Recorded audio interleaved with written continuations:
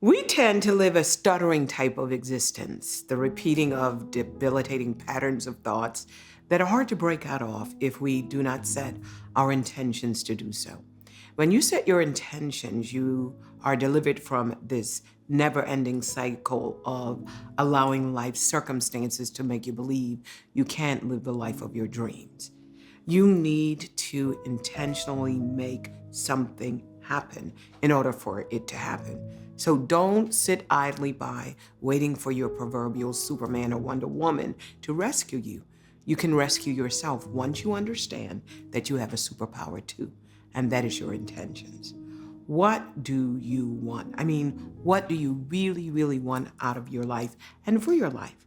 Once you are able to answer that question, you will become unstoppable. It's all about intentions.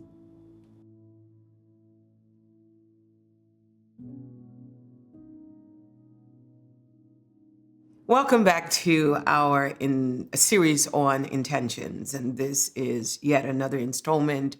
I want you really to take notes, copious notes, and beyond taking copious notes, I want you to make application, an immediate application. I want to jump right into our text from either Luke 14:28 to 30. For which of you intending to build a tower sitteth not down first and counteth the cost, whether he hath sufficient to finish it, lest haply after he has laid the foundation and is not able to finish it, all that behold it began to mock him, saying, this man began to build and was not able to finish. I'm decreeing and declaring that you no longer will experience self-sabotage. Whatever you start, you're going to finish, whether it's a project, whether it is your business, whether it is reducing, mitigating, and destroying your debt, whatever area of success you're looking to achieve at the end of a week, at the end of a month, at the end of this year, even straight down to the end of your life, I decree and declare you will not suffer from near success syndrome. And this is where so many people are. They're within throwing distance of success, and then they never quite make it, or they self-sabotage, and that is not going to be you. Intentionality. Intentions, again, is spiritual technology of the mind. And we spend some time talking about how incredible the human mind is. I didn't want to go so deep about the mind, but let you know that even the Bible is filled with scriptures that talk about the importance of the mind. The mind gives you the ability to create whatever life you want, to be whoever you want, and even when it comes to the function of the brain, the mind is superior because the mind is spiritual and the brain is physical. So even if there are biochemical, bioelectrical impulses that continue to flow along a pathway, a neurological pathway way that creates habits. If you really understand how powerful intentions are, habits that you could never break or habits that was so difficult to break, intention makes it easier. And things that seem to be impossible become possible when you practice intentional thinking. Intentional thinking gives back birth to next level thinking. And one of the things that Albert Einstein said, that problems that are created at one level cannot be solved at the same level that they were created. So you want to go to the next level. Those of you that are in debt, or those of you that are experiencing a disappointment from relationships, a lot of times we approach the problem from the same level that it was created, and we end up in this circular, stuttering kind of existence. Something is always going on with your finances. Something is always going on with your body. Something is always going on with your relationship. And to break that You've got to be able to decide what you want. Intentions work with specificity. So you can't say that you intend to do something and not be very, very specific about it. Intentions does not work with generalities. And this is why goal setting becomes important. Writing your vision becomes important. Establishing a strategy becomes important because it gives intention something to work with. And when you intend to do something, the mind magnetizes itself with intentions, and it attracts to itself the things and the opportunity. It attracts to itself the people, the experiences, the resources that are in harmony with those thoughts. And this is what makes intention so powerful. I'm thinking of Joseph, fabulous story, Joseph of the Bible, and how he was able to defy odds. And it seems like every experience was stacking up against his dream, but he held his dream in the forefront of his mind. And obviously, he intended to see that dream come to pass. And it came to pass in spite of what people did to him or what they didn't do to him, in spite of the mishaps, imprisonment, in spite of being set up by an individual, having his his personal integrity brought into question, but yet he overcame all of those life challenges. They didn't define his life. What defined his life was his dream, and he had specificities that had been downloaded into his mind by God, and he connected his intentions to that. How do we know? We know it because at the end of his life, he has this amazing biography. He has this meteoric rise into power and prominence, being second in command to Pharaoh and taking a struggling nation and actually an underdog nation, and making them a superpower. And this is the first time we read about superpower nations, and that was Egypt. Egypt in its day was equivalent to what United States of America is in our generation. And so it all had to do with the intention of one person. Again, when you intend to do something, your mind is magnetized by that intention, that causing the right people and right things and the right experiences and the right opportunities to be attracted to you, and everything will be in harmony with your dominant thoughts. So intentions make your thoughts crystal clear. You get clarity on what you should do in any situation, whether the situation is positive or the situation is negative. This is why intentions are so powerful. Intentions animates our goals.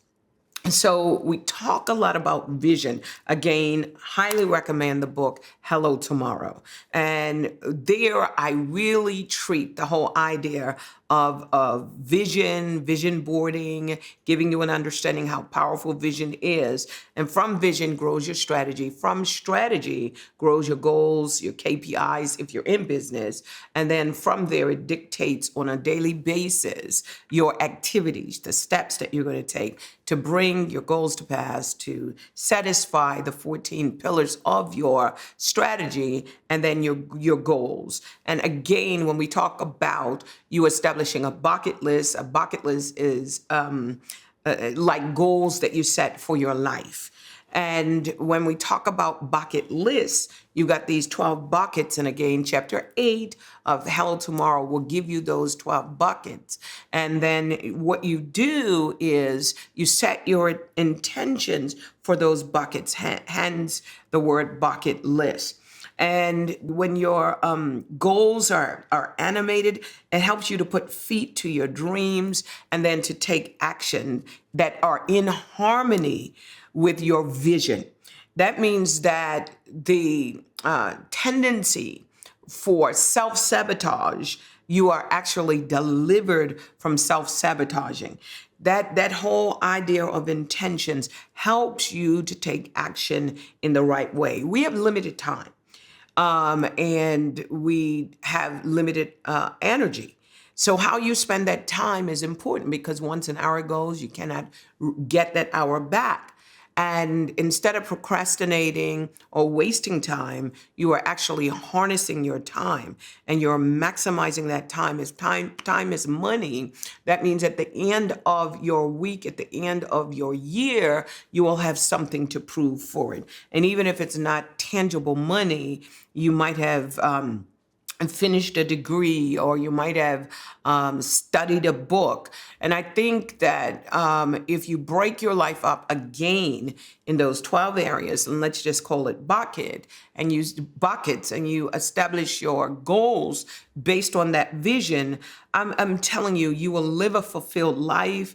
You will accomplish things that you never thought possible. Other people will be standing back watching you, wondering how are you doing all these things? And that is because you've got clarity and you become laser sharp. So intentions help you not just to take action, but to take the right actions, not just to take steps, but take the right steps, not just to form relationships, but form the right relationships, not just exercising, but doing the right exercising, not just eating, but eating the right things. And so the more I talk about intentions, I'm hoping that I'm really drilling down to the point where you take it seriously.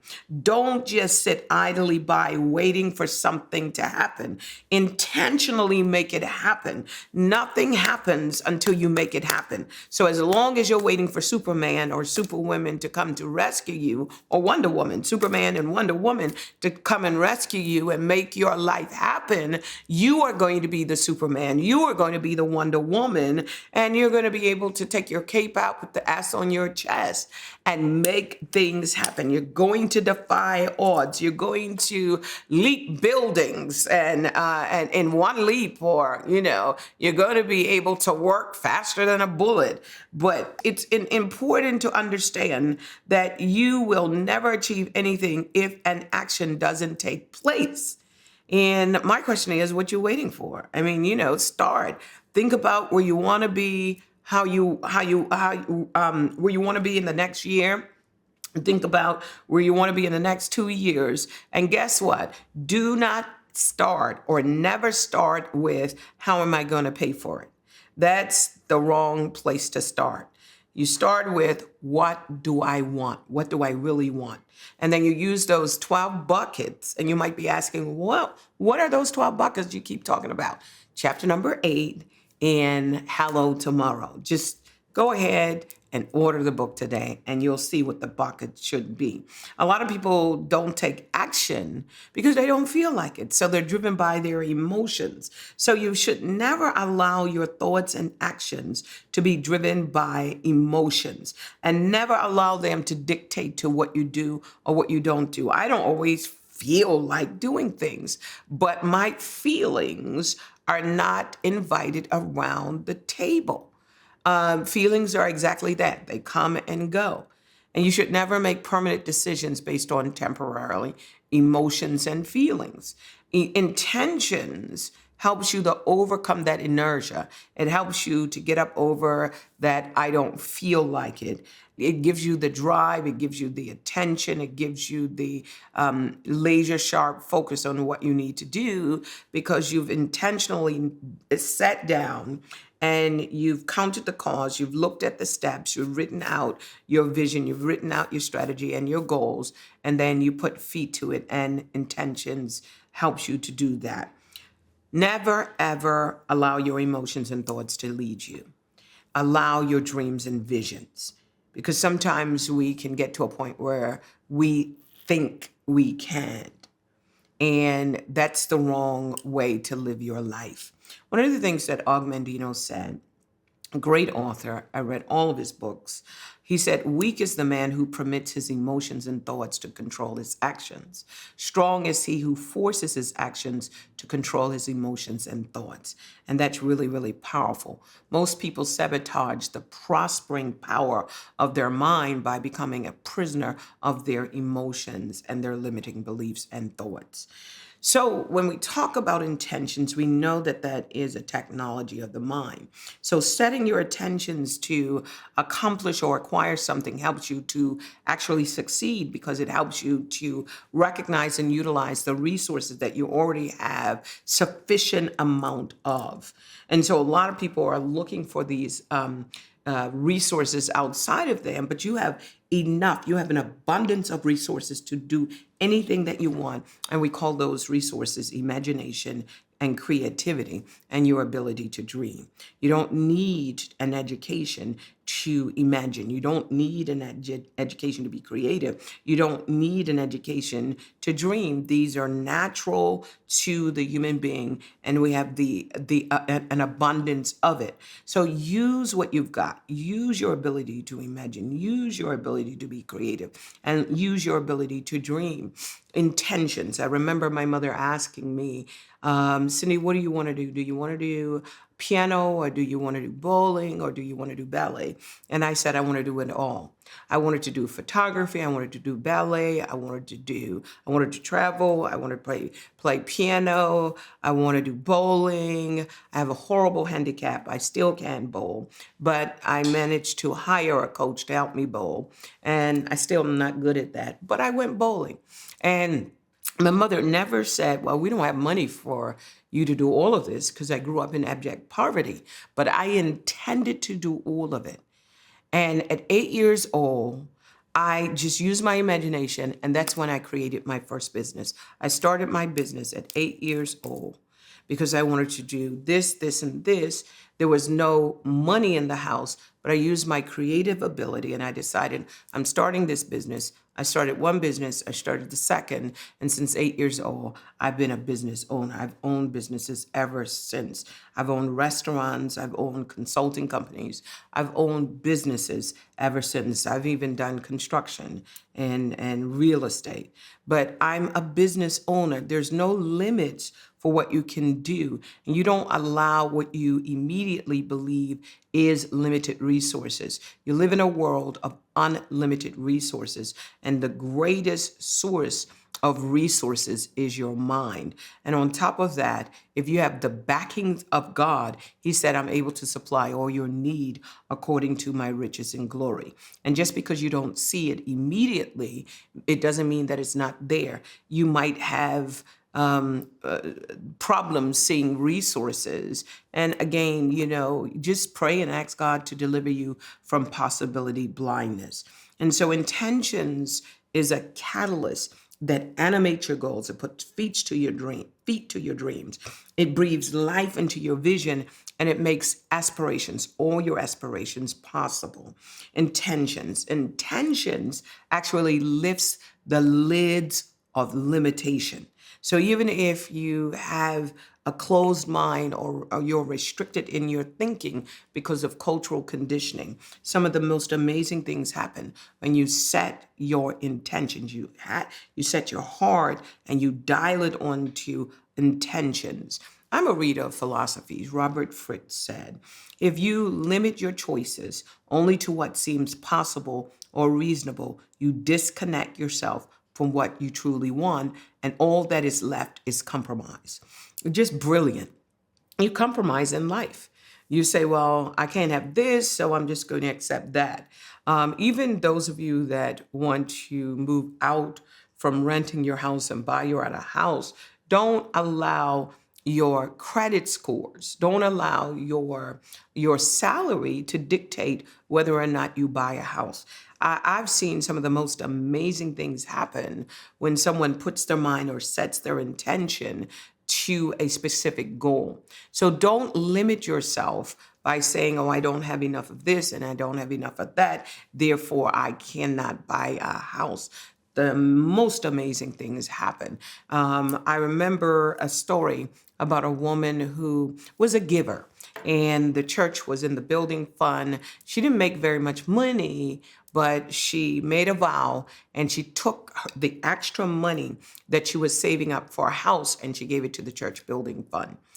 A preacher came along, preached a message, and basically said to her in the sermon, told her to do. Set your attention to what you want and just believe the Lord for it. And she tells the story. She said, well, I prayed and the Lord instructed me to go and pick out my car. She wanted a car. And I went to pick up my car. She was saving for a car, not for a house. She said, I went by the instructions of God to the car dealership, and they allowed me to fill out the forms and check my credit score and said it's impossible. And she said, well, God sent me here. He said, well, I guess God is going to show you how you're going to pay for it. So he was playing a joke on her and said, why don't you go to the bank next door and see if they will give you a loan? And it was supposed to be this big joke. So she went to the bank and the bank said, oh, we can't give you the loan, your credit score. And she said, well, the Lord showed me that I was going to get this car. So she went back the second day. I went back the third day. And then she said, I'm not leaving this bank until you give me a loan. So, of course, the manager of the bank was frustrated and said, I'm just going to appease this lady. I'm going to let her fill out the application. So she fills out this application. He puts it on the desk with the intention of just ripping it up and throwing it away. But it was a Friday and he was going on holiday for 3 weeks. And he just wanted to get out of the office, accidentally left it on the desk. Well, the person that was covering for him came in on Monday, picked up the application, keyed in this application, thinking that the manager approved it, irrespective of the fact that she did not have great credit. Gave her the loan. 3 weeks later, the manager comes back and she says, oh, I covered everything that you had on your desk. He had forgotten about this application. He said, thank you very much, and went on working. Well, 4 months passed. This lady hadn't received. Back in those days, you had these remittance forms that the banks would send you. You had to just rip the form off and send your payment in. She hadn't received any of these remittances, goes back to the bank, meets the manager, thanks him for the loan. And he says, I never gave you the loan. She said, yes, you did. And he said, I actually never gave you the loan. He looks in the computer and there was no such name in the computer. She said, you actually gave me the loan, and the bank actually had. But for some reason, the lady that gave her or keyed in the information didn't realize that it wasn't, I don't know how banking works, but the computer never picked it up.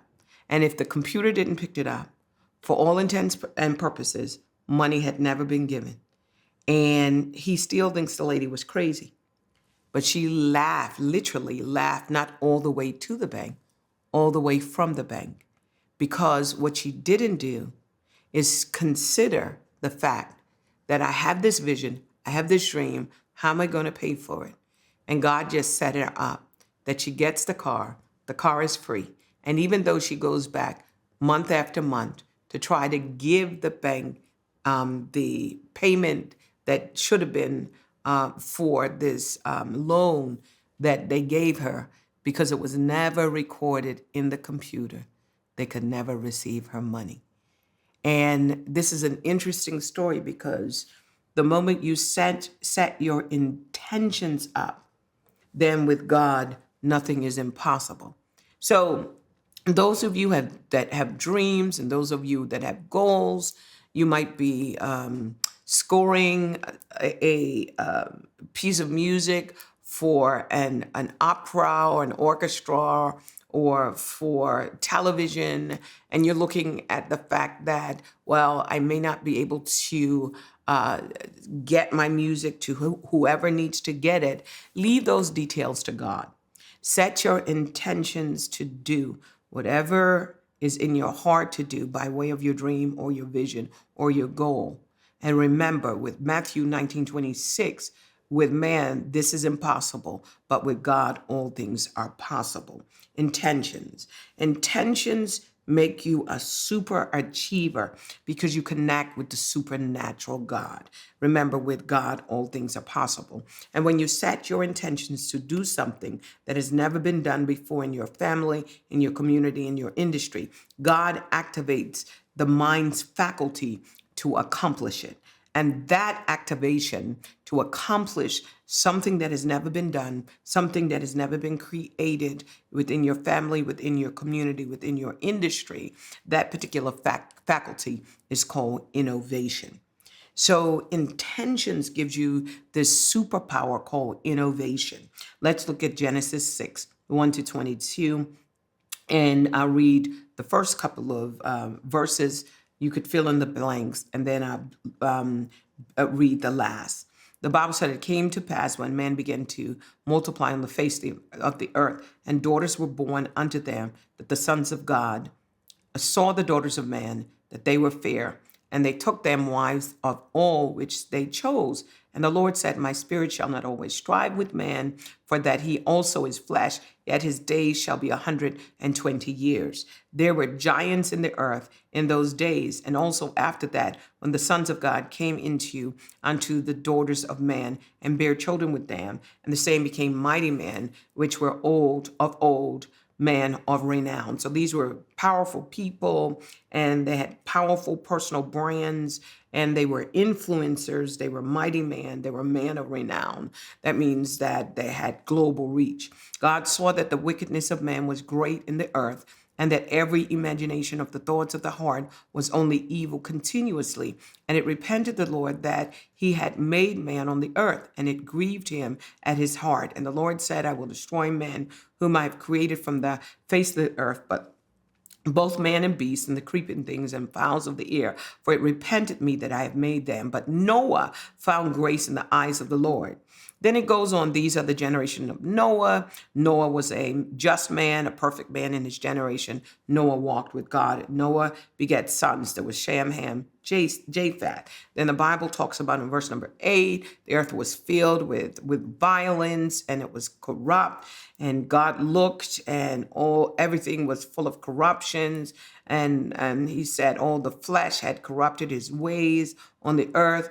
And Noah then gets this insight from God, verse number 14, where God said, make thee an ark of gopher wood, whom shalt thou make in the ark, and shall pitch it within and without with pitch.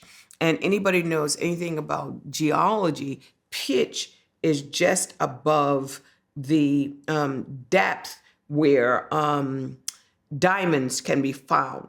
So the pitch would be like tar. It would be similar to tar, but it would have specks of diamond in it because it's so close to the level where diamonds are formed. So if you go one step down, you'll have diamonds. One step up, you'll have what is called pitch. So this pitch is like black tar, and God gave him a revelation that changed the industry. So when we look at the earth today, and we think modern technology has given us all of this, this guy Noah was an innovator. He innovated mining because you had to dig deep. So he couldn't go out there with a pitchfork. He had to develop some sort of technology, and he was influencing technology before the flood, but he reset humanity's operating system after the flood. So he's multi-gifted, multi-talented. Nobody's in his community, his family, had ever built an ark. So I can imagine when he said, "Oh, I'm building an ark," people saying, "Well, what's an ark?" Oh, it's going to be made of pitch. What's pitch? And I'm going to use gopher wood. Why gopher wood? So there probably would have been a question mark concerning his sanity, coming up with all these innovative ideas. But he was able to do it because when he got the idea, God just gave him this superpower ability, and that was to innovate something that had never, ever existed before in all of the earth. And intentions actually activate the faculty of our mind called innovation. You become very, very innovative. There's more than one way to skin a cat. And this is what we're talking about. So just because someone else is doing something similar to you, it doesn't mean that you give up, oh, that's already done. Why don't you put your spin on it? Why don't you put your twist on it? And this is what intentions actually help you to do. So Noah would be the first to create this floating ship. He would prosper in what we call the new normal. And this is big when you look back. That was the new normal. But he was developing new industries, innovating new technologies from chemergy, and all of the other technologies, zoology. There was never a zoologist before. He became a cartographer, and that's the ability to create maps. It means that you go so far and you go back to the beginning, and then people that follow is able to follow your path because you've created a map. And so in this new normal, the Bible likens our day to the times of Noah, and during his time, he had the greatest innovative mind ever. And this is what's going to happen in our new normal. Once you understand, hey, I'm in this industry, God has called me to this industry, but everywhere in the entire world, we need new industry thought leaders. And why can't that thought leader be you? Why can't you be the trendsetter? Noah was a trendsetter. He never was swept away by the waves of change. And so many people are all upset. Oh, AI is going to take all of our jobs. AI is here to stay. And if you think AI is the mark of the beast, then throw your telephone away, because your telephone operates, the software in your telephone operates with AI. Throw your washing machine away, because the new washing machines are controlled by technology. They don't just go in and fix the new washing machines anymore. It's fully computerized. They go there with a laptop, they connect it, and your washing machine tells the tech which part of itself needs to be fixed. And the same thing with TV. And now we're going into the Internet of Things, IoT. Your refrigerators, the new refrigerators, are going to tell you when your milk is sour, when you need to reorder. This is the world that we are in. It's the new normal. And a lot of people are afraid. There's nothing to be afraid of. In Hebrews 11, the chapter that talks about all of these great history makers, and when they talk about Noah, it says, by faith, Noah, being warned of God. Those are the words. What does it mean? It simply means it wasn't like beware and it caused him to be afraid. It was be aware. And this is what God is doing. When you set your mind, when you set your attention, God is going to give you eye-opening experiences. He's going to give you cutting-edge, innovative ideas that you're going to bring to the table. You're going to bring to your profession. You're going to bring to your industry. You're going to bring to your family. And it's going to be cutting edge. And just like the days of Noah, there was a hard reset. And there's a hard reset that's going on right now. And the world into which you and I were born no longer exists. We're already in the new normal. We do have robots. We do have right now a robot surgeon. So, a lot of times we think that we're going to have human beings that are going to be operating on us. Not so. You're going to have robots. You're going to have to get used to all of this. Those of us that have that machine that just goes through the house all day, all night, vacuuming and keeping things clean, that is a robot. And we're going to have to work side by side with robots and automatons, and it's going to happen. So what do? Do you get nervous? Do you get afraid? Absolutely not. Because for every job that is eliminated by AI, 1.7 new jobs are going to be created. The question is not employability. The question is, do you have the skills to be employed? So we're not going to have a jobless problem at all. We're going to have employability problem. So, you've got to be intentional about being a lifelong learner and, be intentional about creating the life that you want. God will give you the spark of inspiration. God gave Noah a spark of inspiration, and he took it seriously. We're all talking about biotech as if it's something new. But when you read the Bible about Jacob's life, Jacob was able to splice the genetic or the genes of sheep, and they were multiplying contrary to nature. It was contrary to nature. But God gave him technological insight. He had intended that he was not going to leave this place of employment without benefiting. So what he did was, yes, he affected the bottom line, but he also benefited from the bottom line that he impacted. And so those of you that are blessed to have jobs and you're employed, don't stop looking at your job as a job. Look at it as work that God has assigned you to. And as you're working, be deliberate about affecting the bottom line. How can I make a difference in this place of employment? You don't bite the hand that feeds you. You bless the hand. And how do you bless the hand? By bringing value to the table. You need to approach your place of employment as a value-added employee, and you will make yourself indispensable if you do. How do you do that? How do you get ideas? Just like Noah had to press into the mind of God to receive these innovative revelations, to bring his thoughts to form the realm of revelation into the realm of actualization, that's what you need to do. During your prayer time, during your time of devotions, during your meditation time, press into the mind of God and sit and listen and ask God for insight. God, how can I do this better? How can I say this better? How can I bring more value to my place of employment? How can I, be a value adding individual in any of my relationships? How can I add value wherever I go? Because if you're value adding, eventually you become indispensable. And I call this IT.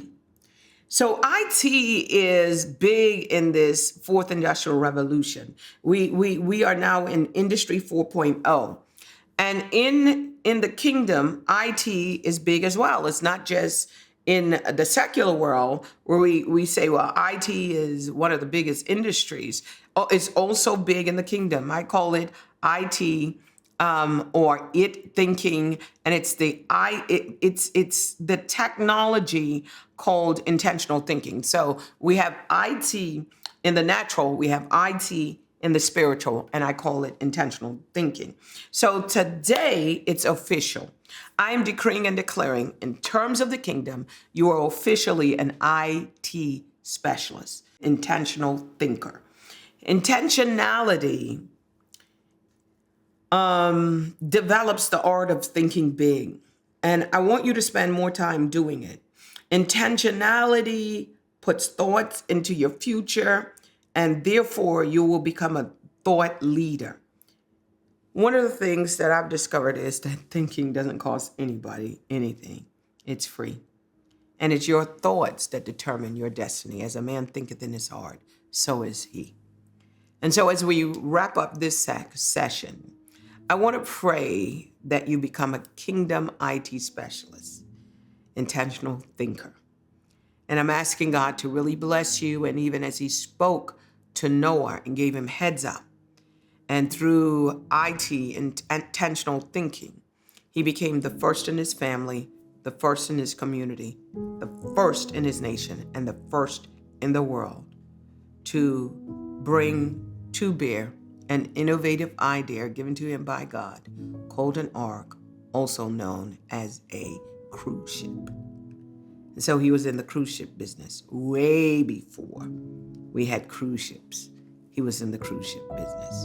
And he was able to ride the waves of change in the new normal, and so will you. God bless you. Thank you for joining us today. We pray that God spoke to you through this message. My prayer is that you're able to take the principles and apply them to your life so that you become more intentional about what you're able to accomplish and manifest. Don't forget to comment in the comment section and let us know what God spoke to your heart. I'd love to hear from you. Also, don't forget to subscribe to our channel. Hit the notification bell. Stay up to date with our new video uploads or even when we go live. Thanks again for being a part of our family, and we do count you as family. And I thank you for your support and contributions. We can't wait to see how God continues to work in and through your life.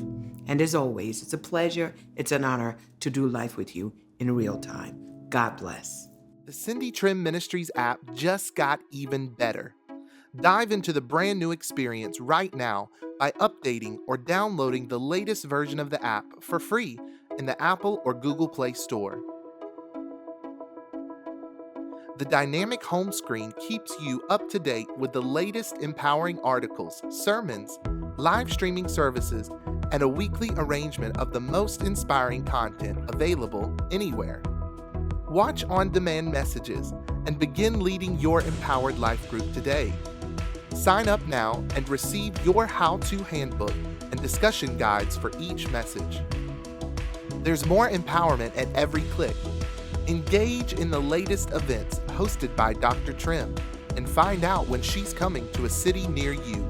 We've even made giving easier than ever before. You can donate now by selecting the Give button inside of the app. After creating your profile, giving will be as simple as putting in an amount and selecting Donate. Download the Cindy Trimm Ministries app now and begin your journey of empowerment with us today.